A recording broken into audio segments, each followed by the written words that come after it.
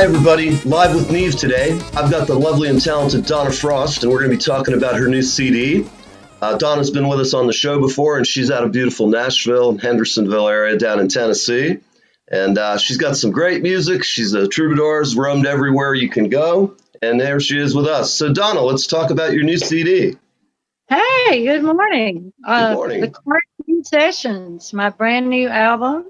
And we just got these out a couple of weeks ago. I'm selling them from home and at select gigs. Oh, here comes a car. Wait a minute. No, it's a helicopter going over my house. I love it. They're tracking me down, because I'm famous. I'm just kidding. I'm being sarcastic here. I know. Yeah. Anyway, we recorded this. These were songs that I've written during all the pandemic. I had 5 on the CD, and I've written more, of course, as we go along. So I'm going to need to expand this album out, I think, and make it a full-blown album. But it's a 5-song EP, and I wrote. It's just me and my 12-string guitar, and we recorded it at Cinderella Sound in Nashville, Tennessee, which is the oldest independent recording studio, and it's owned and operated by Wayne Moss. He was one of the Nashville Cats. All right. Records. And probably Wayne's most famous guitar lick would be the opening guitar riffs to Pretty Woman. That's Wayne Moss. Oh, wow. There you go. There you go. Recorded at his studio. Linda Ronstadt had recorded there. Mickey Newberry, a lot of great people have recorded at Cinderella. It's got history for days. I mean, it's just amazing. So that's what this is about, and where I recorded it. And it's just 5 songs, me and my 12-string, because if we were in quarantine, I didn't think I would bring in a band, that it would be, I was staying true to form. So right. I've been selling a lot of them, and everybody's enjoying it. It's kind of a Valentine to my all my people that have been with me on Monday nights every week for the last 31 weeks. So I've been stopping in and seeing you. I love it. It's great fun. And everybody check that out. When is it? Monday nights on my Facebook page, facebook.com/Donna.Frost. I have it on my personal page instead of my music page. But everybody comes on. We have 31 weeks we've been on. This past week we had the Fleetwood Mac theme night. This week is 80s night. And we have a whole lot of fun. There's several hundred people that get on and we interact. I talk back and forth with everybody, and I play originals, old and new. I've written a lot of new songs during the past 31 weeks, so I debut them on my show.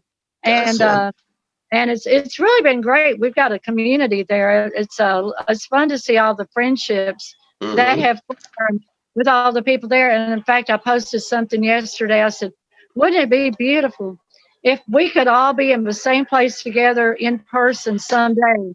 Yes. When all this, I would love nothing more than to get all my Monday night clan together from all over, and all of us somewhere and be together. That is my dream. But meanwhile, we're all together on Mondays, and a lot of these folks are people I have met out on the road, and of course, I haven't been able to go on the road much at all. I've done very, very few limited engagements on the road in the last few weeks, and mostly playing some low-key local gigs, safe, socially distanced around here. So I've been busy, and we're just having to reinvent how we do things. I almost should do a whole show on reinvention, because I know so many of my friends, musicians, we're all doing something. My show is an example of doing something that I've never done, and who knows? Some days it's good, some days it's laughable, especially in the early days. But we have a lot of fun, and as long as we have, there's no shortage of talent. We have people like you out there in the world, and all of us who are musicians, we're all connected. We know what's going on.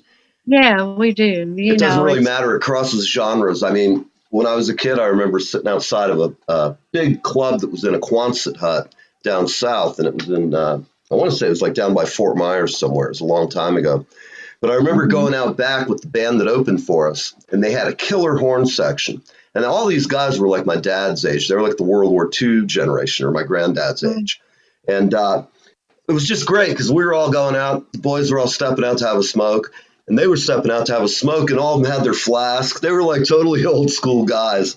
And it was amazing, though, when we went over to talk to them. Here we are, a bunch of long-haired guys smoking illicit substances, we'll say. And they didn't care. They're like, come on over. You want a drink? Oh, I love you guys. You're really good. And I told them, I said, man, I've not heard horns played like that in decades. Because my theory is the reason now, don't get me wrong, there's many great horn players out there.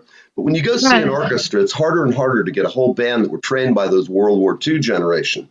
And that's my theory, is that all the great horn players of the 40s came back from war. A lot of them opened little town music stores, played in community bands. It was a lot different in the 50s. And as a result, my generation got lucky. If you were a horn player, you could still get great people. Like, Maynard Ferguson, for example, would go out and he'd go to schools and talk to people. And his work speaks for itself. But it's interesting how multi-generations of music, it was like Johnny Cash doing the Trent Reznor song. But listen, we always liked having you here, and we're going to talk a little more in depth about your history for my YouTube channel. Actually, this is for the Friday show, but tell all your fans, Live with NeVE, subscribe and get a free mystery song. You never know, I might ask Donna if she can send one of her tunes as a mystery song. To all of you watching, check out Donna's page, buy her CD. And just, everybody's trying to make a living here, people. So help Donna out, help me out, and hopefully I can help you out. If you have any ideas for a show, get in touch with me.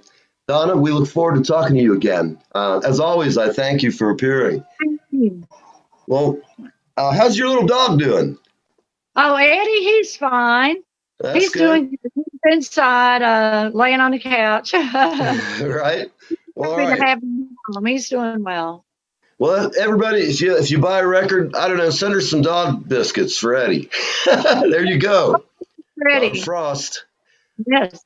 All right, Donna. Well, it was great. I met you before the quarantine, but we've come to know each other better since that, and it's always great to have you on.